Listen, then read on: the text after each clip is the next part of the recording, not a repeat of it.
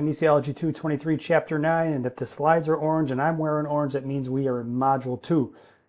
This chapter is pretty beefy, and we're going to go through a lot of content, so here we go, guys. We're going to talk a lot about groups, teams, cohesion, but specifically with this presentation, we're going to talk about groups, teams, sports teams, and theories of group development, and I'm going to jump right in here. The main things you're looking at in this chapter are understanding how groups are structured, how to create an effective team climate, and describe how to maximize individual performance within the context of team sports. Now, I will say this, as a coach, you have to be able to now start to implement the art of coaching with the science of coaching to be able to, tease out the greatest amount of skill from your individual athletes to the benefit of the team. And we'll talk a little bit more about that. Now, within the context of coaching and working with athletes, you have groups and you have teams. And the book defines these as, with a group, it's two or more people who interact together with mutual influence on each other. And when you start to evaluate the difference between groups and groups can be teams and teams can be groups, vice versa, but there's a little bit of nuance between those. So the book takes some care in differentiating the difference between individuals, groups, and teams. And when we get into teams, teams, it's like a specialty type of group, but when you look at what teams actually do, they have a sense of identity. We work together to achieve a goal. They're very distinctive within the roles within the team structure. Think of different positions in different sports. And within communication, oftentimes communication kind of flows up and down the chain of command. Sometimes it's decentralized. It depends how you handle that as a coach and how you actually integrate in communication within your team culture. And then you have certain norms that are part of a team that, they're rules that are created by the team itself, but many times these are rules and structure that are in place long before this iteration of a team is there. We have different things that we have within athletic programs that are ritualistic and things that become part of a program over time. And what I like with this is, they really look at saying, okay, there's four characteristics that separate teams from groups, and it's, coaches should be really focused on these characteristics, and these characteristics that come down to the sense of identity, the distinctive roles, the structured models or modes of communication, and the norms within the actual team environment itself. Those are things that are cultural drivers and things that you can create as a coach, and I urge you to really think this through as you're reading through this chapter to your advantage as a coach going forward. So a team is any group of people who must interact with each other to accomplish, a shared objective. They all want to win a game. They all want to win a conference. And many times this can be kind of organic and evolutionary in nature, where, you're working as a team together, but usually there's some kind of outside driver. There's an extrinsic motivator to the process that kind of brings everybody together as a cohesive unit. You'll hear me talk about more cohesion later on. And the three main categories that you have within that environment that they list are the types of theories that they have are linear theory, cyclical theory, and pendular theory. And with linear, it's the presumption that you move in a linear fashion and the group moves together through stages, and you address an issue, resolve the issue, then you move on. Address, resolve, move on. And they have these four main stages within linear perspective: forming, storming, norming, performing, right? And you look at that and it kind of you kind of wave it off and chuckle at it. But with the forming side, the team members kind of become acquainted with each other and themselves within the context of a team. And they engage in kind of social comparisons, how I compete and compare to another athlete on the team versus somebody else. And then you start to develop what your strengths and weaknesses are. So that's kind of the forming stage. You figure out what you're trying to accomplish. And I broke it out into this, where you have forming, you have familiarize with each other and self, social comparisons, assess strengths and weaknesses, then storming, resistance to the leader. You're kind of pushing back a little bit as a group and as an individual. And there's resistance to control by the group. So as an individual, you're kind of like pushing back on the social context of the group. And then you have this kind of interpersonal conflict between other individuals on the team. You go into norming. It's where everybody starts to come together in kind of a solidarity and cooperation, and you kind of work to resolve some of the issues that you have amongst your teammates and even within yourself in the interpersonal side and intrapersonal side in terms of conflict.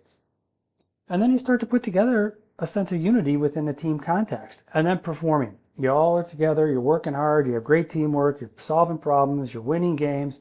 You use the group process to work on tasks and test new ideas. So notice how this kind of evolves from the foreman storman side, where it's kind of like the individual kind of understanding the context of the environment, and the forming side. And then once you start to understand your place and your space within the team, then it becomes how the group kind of pushes back against the individual, and how the individual pushes back against the coach, excuse me, and the group pushes back against the coach. You get into norming, where you have more of a group cohesion. Team starts working together in solidarity. And then you get to performing, where it's absolutely teamwork and you're working together to solve problems and work on goals. So let's go into the cyclical process of this. So in the cyclical process in the theories of group development, you have, groups have this kind of ongoing flow, if you will, between birth, growth, death. And the emphasis itself, it's really focusing on the end result before the group actually dissolves. So it's almost like you're planning your exit within the cyclical perspective before you even get to the end stage. The main element is, as the group develops, it's psychologically preparing for its own breakup. Maybe you've dated somebody like this, I don't know. But you have this model which has a presumption of birth, growth, death. And once you're done with whatever you're trying to accomplish, that's it. And you then move on to something else, instead of the cyclical nature where you're going in cycles through a process. This is very much, you have something you're working on, and once it's over, it's done, and the group breaks up.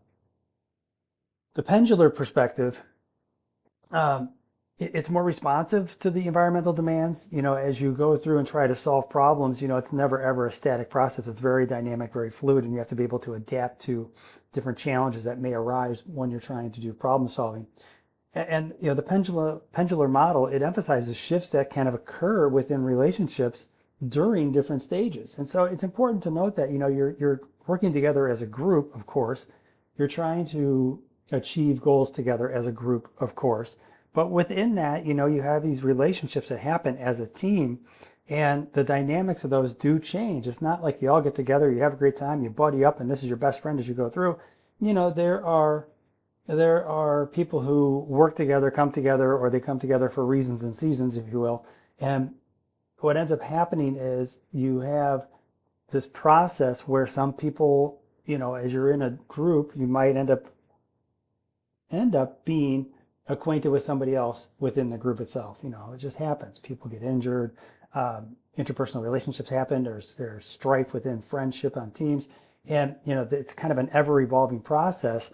And so the pendular perspective takes into account that process, as well as the process that's inherent, within the demands of the environment.